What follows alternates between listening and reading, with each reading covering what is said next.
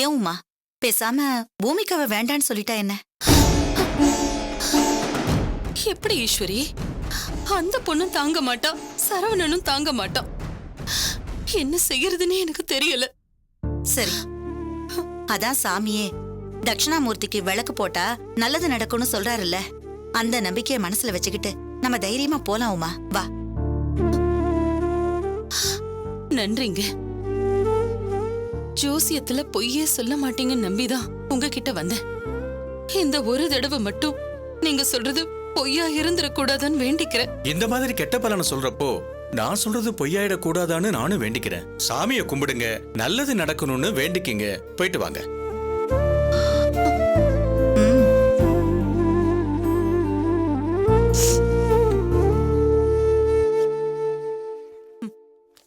தட்சணையை வாங்கிக்கோங்க. வேண்டாமா, கெட்ட பலனை சொல்லிருக்கிற வருத்தம் எனக்கு இருக்கு.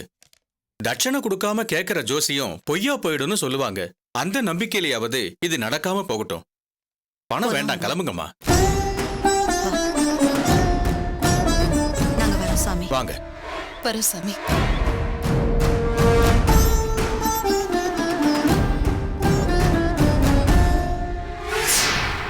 ஈஸ்வரா, இவங்களுக்கு நீதான் மனசு வச்சு ஏதாவது நல்லது பண்ணணும். அதெல்லாம் வாஸ்தவம் தாங்க. ஆனா எனக்கு பணம் வரதுக்கு கொஞ்சம் லேட் ஆகும். நாளைக்கோ இல்ல நாளை மறுநாள் தான் என்னால பணம் கொடுக்க முடியும். புரியுது சார். உங்களுக்கு பணம் கேட்க கூச்சமா இருக்கு, எனக்கு தவணை சொல்ல சங்கடமா இருக்கு. சார், நான் எவ்வளவு டிரான்சாக்ஷன்ஸ் பண்ணிருக்கேன். எப்பயாவது லேட் பண்ணிருக்கேன்னா? இந்த தடவை மட்டும் கொஞ்சம் அட்ஜஸ்ட் பண்ணிக்கோங்க சார். சரி சார், நான் வச்சிடறேன் சார். யாருங்க? நகை கடைக்காரரா? அவரு சாயந்தரமே ஃபோன் பண்ணிட்டாரு. இது ஜவுளி கடையில இருந்து எல்லா டிசைன்ஸும் எடுத்து வச்சிருக்காங்களாம். எப்போ வந்து வாங்கிக்கிறீங்கன்னு கேட்குறாரு.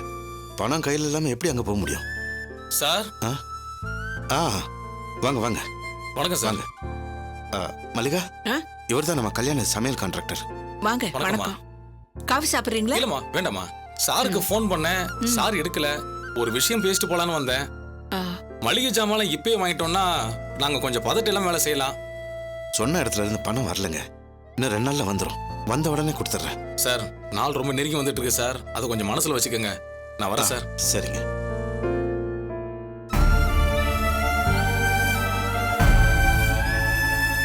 ஏங்க, என்னங்க இது? பணத்துக்கு இவ்வளவு நெருக்கடியா இருக்கே, என்ன செய்ய போறீங்க? என்ன செய்யறதுன்னே புரியல மல்லிகா. இவங்களுக்கு கொடுக்கறதுக்காகவே லிக்விட் கேஷா 75 லட்சம் ரூபாய் ஃபேக்டரியில வச்சிருந்தேன். அதுவும் எரிஞ்சு போச்சு. ஐயோ, என்னங்க சொல்றீங்க? என்ன செய்யறது? 2 இடத்துல பணம் தரேன்னு சொன்னாங்க, அவங்களும் லேட் பண்றாங்க. சிக்கலே அதான். கல்யாணத்தை பக்கத்துல வச்சுக்கிட்டு சிக்கல்னு சொன்னா என்னங்க அர்த்தம்? இவ கல்யாணம் நல்லபடியா நடக்க வேண்டாமா? நான் மட்டும் முயற்சி பண்ணாமல இருக்க. என்னப்பா நீங்க? அதான் என் மாமனார் பணம் தரேன்னு சொன்னார்ல, அப்போ கெத்தா வேண்டான்னு சொல்லிட்டு இப்ப சங்கடப்பட்டு இருக்கீங்களேப்பா. பொண்ணு கொடுத்த இடத்துல வரவு செலவு வச்சுக்கிறது தப்புமா? அவங்க பணத்தை வச்சு பிசினஸ் பண்றவங்க. நாளைக்கு ஒரு சொல்லு தப்பி போனாலும் உங்க வாழ்க்கை சிக்கல் ஆயிடுமா? பணத்துக்கு என்னங்க பண்ண போறீங்க? கேட்டுக்கிட்டு இருக்க, நிச்சயம் கிடைச்சிடும்.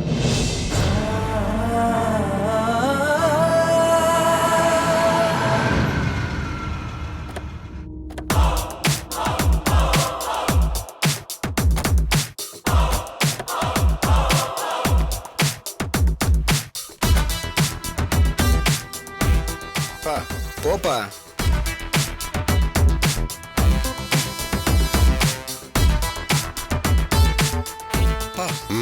ஒரு நிமிஷம் இரு. இத பாரு, உள்ள வந்து நியாயம் தர்மம்லாம் பேசக்கூடாது சொல்லிட்டேன். உன் வேலையை பார்த்துக்க. நான் சொன்னதுக்கு மேல எக்ஸ்ட்ரா ஒரு வார்த்தை கூட பேசக்கூடாது சொல்லிட்டேன். ஆமா. என்னடா பேசுற? என்னடா பிளான் வச்சிருக்க? என்கிட்ட சொல்லுடா. அதை பத்தில உனக்கு என்ன பக்கவல? சொல்லவும் மாட்டேன். இந்த தடவை நான் போடுற பிளான் தப்பவே தப்பாது. நான் சொல்றதை மட்டும் செய். அப்படி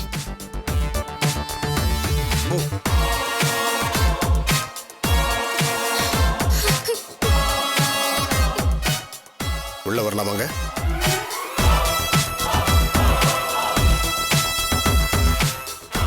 யோ, அன்னைக்கு ஆபீஸ்லயே சொல்லிவிட்டல, ஏன் மூஞ்சில முழிக்க கூடாதுன்னு.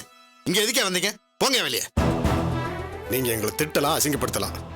ஏன்னா நியாயம் உங்க பக்கம் இருக்கு. ஆனா நாங்க எதுக்கு வந்திருக்கோம்னு மட்டும் ஒரு வார்த்தை கேட்க கேளுங்க. வேண்டிய அவசியம் எங்களுக்கு இல்ல. இப்ப மரியாதையா வெளியே போங்க. இல்ல நடக்கிறதே வேற.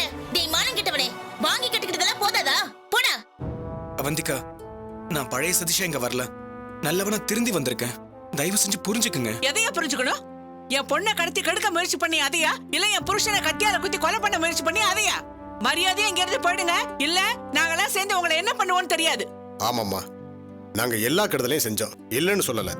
ஆனா இவ்வளவு கெடுதல் செஞ்சவங்களையும் ஜாமீன்ல வெளியே வர ஏற்பாடு செஞ்சாரே உங்க புருஷன், அவருக்கு நாங்க வாழ்நாள் முழுக்க நன்றி கடன் பட்டிருக்கோம்மா. நீங்க எங்களை மன்னிக்க வேண்டாம். எதுக்கு வந்திருக்கோன்னு மட்டும் ஒரு வார்த்தை கேளுங்க. யோ, எதுவும் தேவையில்ல, போய வெளியே. அதான் நான் சொல்றேன்ல, போய வெளியே. போக மாட்டாங்க. உள்ள கூப்பிடலனாலும் பரவாயில்ல, வாசல்ல நின்னே சொல்ல வேண்டியதை சொல்லித்தான் தீருவேன். நாங்களும் எல்லாத்தையும் கேள்விப்பட்டோம். மனசுக்கு திக்குன்னு ஆயிடுச்சு. கல்யாண நேரத்துல ஃபேக்டரியில ரொம்ப நஷ்டமாயிடுச்சு, கையில காசு இல்லாம கஷ்டப்படுறீங்கன்னு கேள்விப்பட்டோம். அது எப்படி உங்களுக்கு தெரியும்? நானும் வியாபாரி தானே. நீங்க பணம் கேட்ட இடத்துல எங்களுக்கும் தெரிஞ்சவங்க இருப்பாங்கல்ல, அவங்க என்கிட்ட சொன்னாங்க. இந்த மாதிரி கஷ்டம்லாம் என்ன மாதிரி கெட்டவங்களுக்கு வரலாம், உங்களை மாதிரி நல்லவங்களுக்கு வரக்கூடாது. கேட்ட உடனே மனசு கொதிச்சு போச்சு. அதனாலதான் கையில இருந்ததை எடுத்துட்டு ஓடி வந்தோம். நாங்க கேட்டப்ப நீங்க பொண்ணு கொடுக்கல. அதை மனசுல வச்சுக்கிட்டு தப்பு தப்பா நாங்களும் என்னென்னவோ பண்ணிட்டோம். உங்க நல்ல மனசு இப்பதான் எங்களுக்கு புரியுது. அதான் மாமா, நீங்க கஷ்டப்படக்கூடாதுன்னு நாங்க பணத்தை எடுத்துட்டு வந்திருக்கோம். அப்பா, உள்ள போப்பா. போங்கப்பா.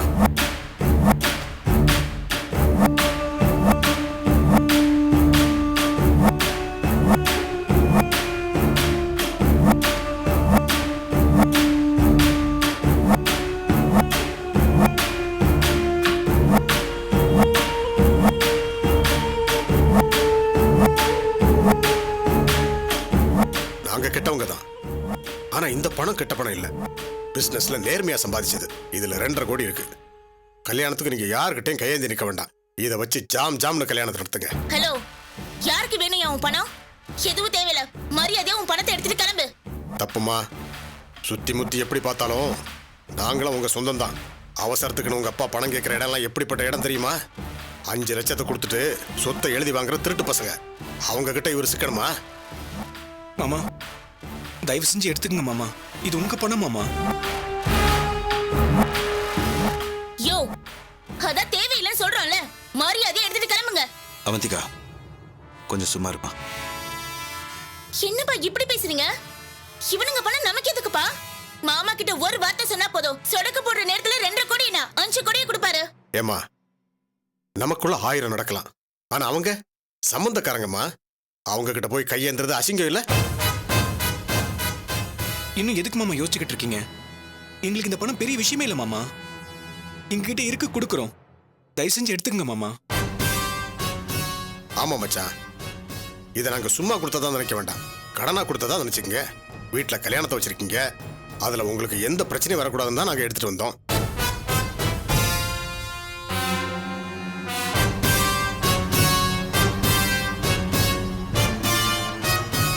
இங்க பாருங்க, இது கடன் தான், வட்டியோட திருப்பி கொடுத்துருவேன். அம்மா, அது உங்க இஷ்டம் மச்சான். ஆனா எங்களை பொறுத்த வரைக்கும் நாங்க செஞ்ச தப்புக்கு பரிகாரமா நினைக்கிறோம். மல்லிகா, இந்த பணத்தை எடுத்துட்டு போய் உள்ள வை. என்னங்க நீங்க இவ்வளவு சொல்லி கேட்காம அவங்க கிட்ட போய் பணம் வாங்கிட்டு இருக்கீங்க? விளக்கம்லாம் அப்புறம் சொல்றேம்மா. என்னடி இந்தா, எடுத்துட்டு போய் உள்ள வை. புடின்றேன்ல, எடுத்துட்டு போய் உள்ள வை. இந்தா புடி. அப்பா நான் சொல்றதை கேளுங்கப்பா. விளக்கமா அப்புறம் பேசிக்கலாம். உள்ள போங்க. போமா பூமிகா. வாடி. நீங்க உட்காரு.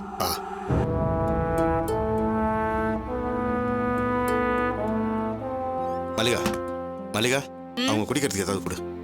போ.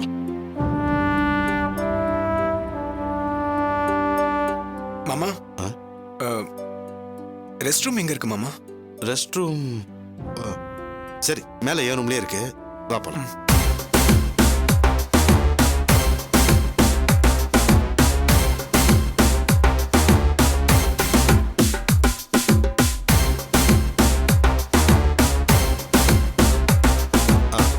அந்த ரூம். தேங்க்ஸ் மாமா.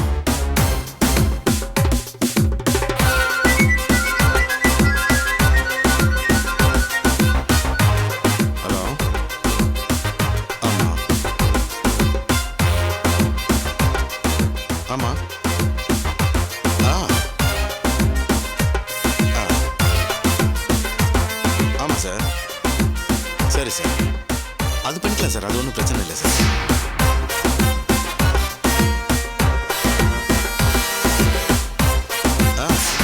ஆமாம்மா, ஆமாம். இல்லை சார், என்ன பண்ண முடியாது சார்.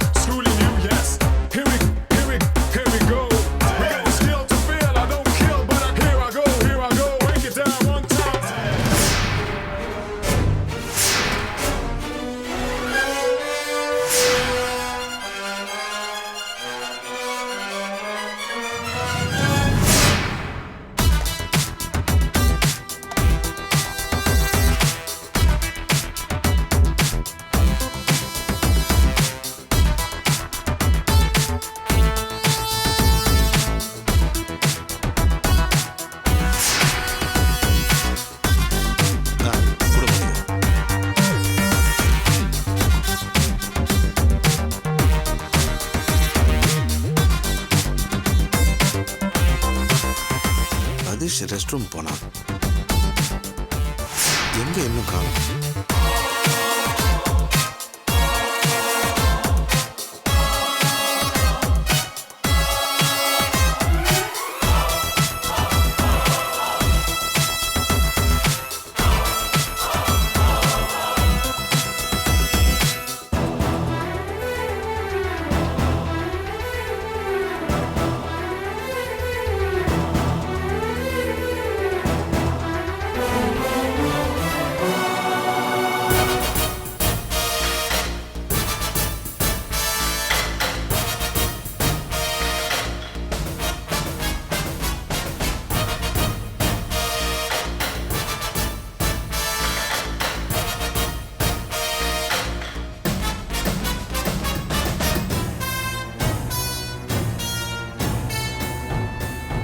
பாப்பா, மாமா போலாம் மாமா.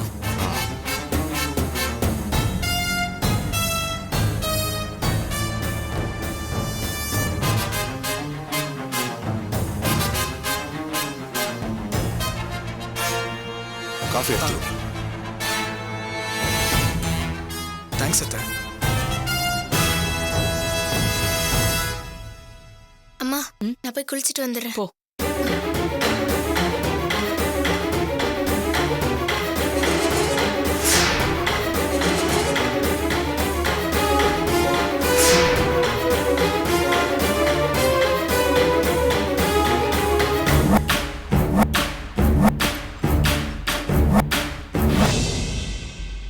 உன்னை யார் அந்த ஜோசியர்கிட்ட போக சொன்னது? எதுக்கு எடுத்தாலும் அவர்கிட்ட போக வேண்டியது, அவர் ஏதாவது தப்பா சொல்ல வேண்டியது, அதை நினைச்சு நீ எப்ப பார்த்தாலும் அழுதுகிட்டே உட்கார்ந்துருக்க வேண்டியது. என்ன உமா அது? சரி, அவர் சொன்ன மாதிரியே தப்பாவே நடந்தாலும் அதை ஜோசியத்தால மாத்திர முடியுமா? எது நடக்குமோ அது அப்படியே நடந்தே தீரும்னா அப்புறம் எதுக்கு இந்த ஜோசியம் ஜாதகம்லாம்? இத பாருமா, பிரச்சனையும் சந்தோஷமும் மாறி மாறி தான் வரும். அதை முன்கூட்டியே தெரிஞ்சுக்கிறதுனால நம்ம வாழ்க்கையில நம்ம நிம்மதி கெட்டு போறதுதான் மிச்சம். அப்பா, முதல்ல இந்த ஜோசியம் ஜாதகம்லாம் பார்க்க கூடாதுன்னு சட்டம் கொண்டு வரணும்பா. அதனால எல்லாரோட நிம்மதியும் போது பாருங்க. உங்களுக்கு என்ன ஆம்பளைங்க எல்லாத்தையும் ஈஸியா எடுத்துக்குவீங்க. நாங்க அப்படியா? சாமியும் ஜோசியமும் தான் எங்களுக்கு துணையே. நடக்கிற பிரச்சனைக்கு ஜோசியத்திலேயாவது ஒரு ஆறுதல் கிடைக்காதான்னு தான் அங்க போறோம். என்ன பேசிட்டு இருக்கீங்க? ஆறுதல் கிடைக்கணும் ஜோசிட்டு போனீங்க, கிடைச்சதா? இல்ல இல்ல. அப்போ உங்க மனசை காயப்படுத்தி உங்களை அழ வச்சு திருப்பி அனுப்புறதுதான் ஜோசியமா? என்ன இது? உனக்கு நம்பிக்கை இல்லைன்னா நீ விடுப்பா. எனக்கு நம்பிக்கை இருக்கு. நட்ராஜ் திலீபன் கல்யாணத்துல அவர் சொன்ன மாதிரி தானே நடந்துச்சு. என்னால அவங்க கல்யாணத்தை பார்க்க முடிஞ்சதா? மல்லிகா அத்தைக்கு இருக்கிற மனதைரியம் கூட உங்கள்கிட்ட இல்லையம்மா. ஜாதகம் வேண்டாம் ஜோசியம் வேண்டாம்னு அவங்க சொன்ன மாதிரி ஏன் உங்களால சொல்ல முடியல? இத்தனை பிரச்சனையும் முன்கூட்டியே ஜாதகம் பார்த்திருந்தா வந்திருக்காது இல்ல. இந்த கல்யாணத்துல இவ்வளவு பிரச்சனை இருக்குன்னு தெரிஞ்சிருந்தா இவங்க கல்யாணமே வேண்டான்னு முடிவு பண்ணிருக்கலாமே. சரவணனும் பூமிகாவும் லவ் பண்ணி ஒருத்தர் இல்லாம ஒருத்தர் இல்லைன்னு நினைச்சிட்டு இருக்காங்க. அப்புறம் எதுக்கு இந்த ஜாதகம் ஜோசியம்லாம்? இங்க பாரு பிரபா, வாழ்க்கைன்னு வர்றப்ப 1-2 விஷயத்த விட்டு கொடுத்துதான் ஆகணும். மொத்த வாழ்க்கையை நிம்மதியா இருக்கணும்னா முன்கூட்டியே சிலதை ஒதுக்குறதுல தப்பு இல்ல. ஜாதகம் பார்த்துட்டு ஒருத்தர் லவ் பண்ண முடியும். அதுக்காக நடக்கிறதெல்லாம் பார்த்துக்கிட்டு சும்மா இருக்க சொல்றியா? பூமிகா வீட்ல இருந்து வர்றப்ப உமா ஒரே புலம்பல், இப்படி நடக்குதே அப்படி நடக்குதேன்னு. சரி, ஜாதகம் பார்த்தாலாவது நிம்மதியா இருக்குமேன்னு நான் தான் ஜோசியர்கிட்ட கூட்டிட்டு போனேன். இதுதான் தப்பு. எதுக்கு அம்மா அவங்க எல்லாம் கூட்டு போனீங்க? இப்படி கண்டதுன்னு நினைச்சு கவலைப்பட வைக்கிறதுக்கா? இதனடா வம்பா போச்சு. நான் என்ன உமாவோட நிம்மதி பறி போகணும்னா கூட்டிட்டு போனேன்? ஜோசியர் நல்லதா 4 வார்த்தை சொல்லி அவளுக்கு நம்பிக்கை கொடுப்பாருன்னு நினைச்சு கூட்டிட்டு போனேன். பூமிகாவோட நட்சத்திரத்துல இவ்ளோ கெட்ட பலன் இருக்கும்னு நான் என்ன கனவா கண்டேன்? முதல்ல இந்த ஜோசியக்காரன் யாருன்னு என் கண்ணில் காட்டுங்க. அவனை உண்டு இல்லைன்னு நான் பண்றேன். சும்மா இரு பிரபா. எதுக்கு எதிர்த்து பேசிட்டு இருக்க? நான் தான் இவளை கூட்டிட்டு போக சொன்னேன். இவ இல்லாட்டி எனக்கு அங்க போக தெரியாதா? நீங்க பண்றது எந்த விதத்திலயும் நியாயமே இல்லம்மா. ஃபேக்டரி எரிஞ்சு போய் நஷ்டப்பட்டிருக்கிறது யாருமா? ஏன் மாமனார் தானே. அவரே நடந்தது காரணம் எலக்ட்ரிக்கல் பிரச்சனை தான், ஜாதகம் இல்லைன்னு இருக்காரு. அப்பாவே பணம் தரேன்னு சொன்னப்போ அது வேணான்னுட்டு கல்யாணத்தை நடத்த பிளான் பண்ணிட்டு இருக்காரு. அம்மா, நஷ்டப்பட்ட அவரே தைரியமா இருக்கும் போது உங்களுக்கு என்னமா?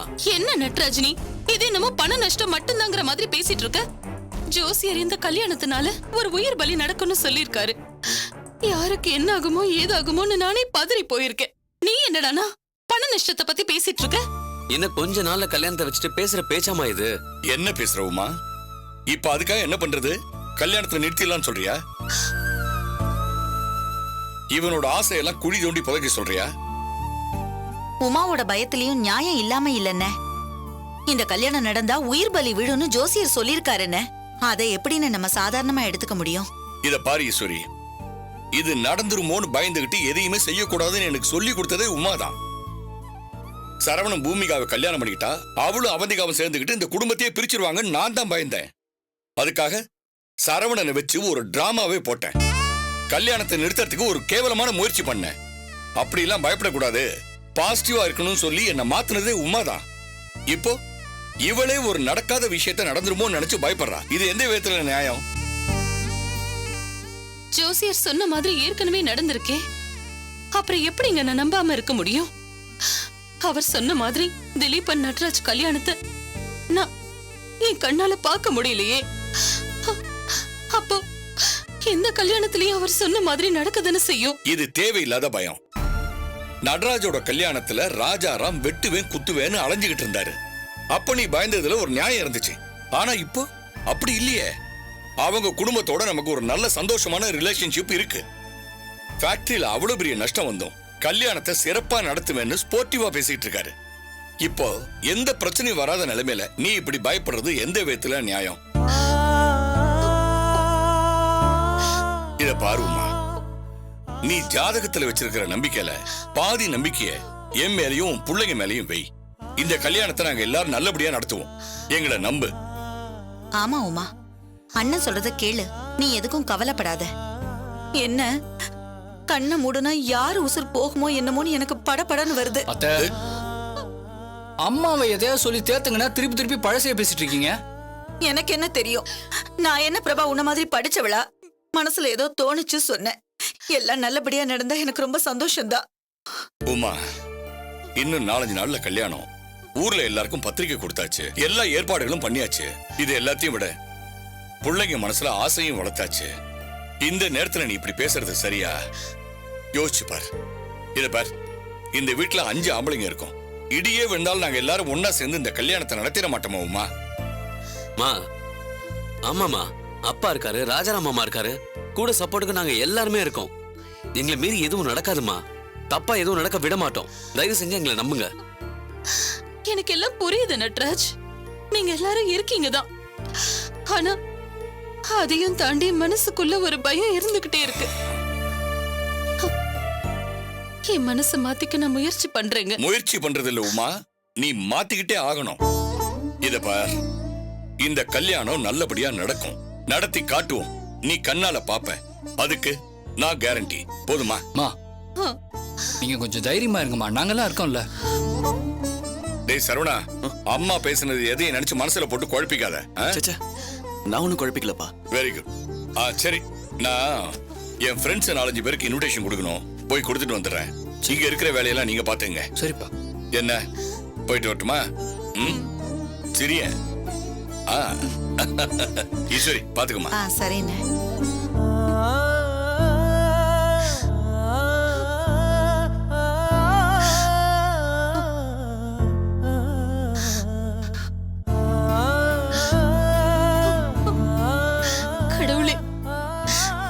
காப்பாத்தணும்.